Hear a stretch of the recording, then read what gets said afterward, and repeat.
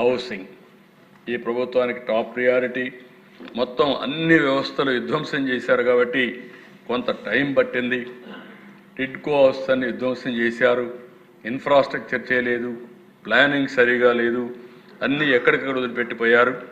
ఈరోజు ఈ ప్రభుత్వంలో మీరు చూస్తే 3 లక్షల ఇండ్లు కంప్లీట్ అయినాయి, ఇనాగరేషన్ రెడీగా ఉన్నాయి. రాబోయే 10 రోజుల్లో 3 లక్షల ఇండ్లు ఇనాగరేట్ చేసి మళ్ళా పేద ప్రజలకు ఇస్తున్నామని చెప్పి కూడా నేను మీకు తెలియజేస్తున్నది. దీపావళి కానుక కింద ఈ నెలలోనే బిఫోర్ దీపావళి వాళ్ళకి హ్యాండ్ ఓవర్ చేస్తామని చెప్పి నేను మీకు తెలియజేస్తున్నా. దీనిపైన 2200 కోట్లు ఖర్చు పెట్టాం. 6,15,000 ఇండ్లు కన్స్ట్రక్షన్లో ఉన్నాయి, అవి కూడా తొందరలో కంప్లీట్ చేస్తాం. గ్రామీణ ప్రాంతాల్లో 3 సెంట్లు, అర్బన్ ఏరియాలో 2 సెంట్లు ఇచ్చే బాధ్యత ఈ ప్రభుత్వం ఉంది. దానికి కూడా ల్యాండ్ అక్విజిషన్ చేసి అవన్నీ ఇస్తామని చెప్పి నేను మీకు తెలియజేస్తూ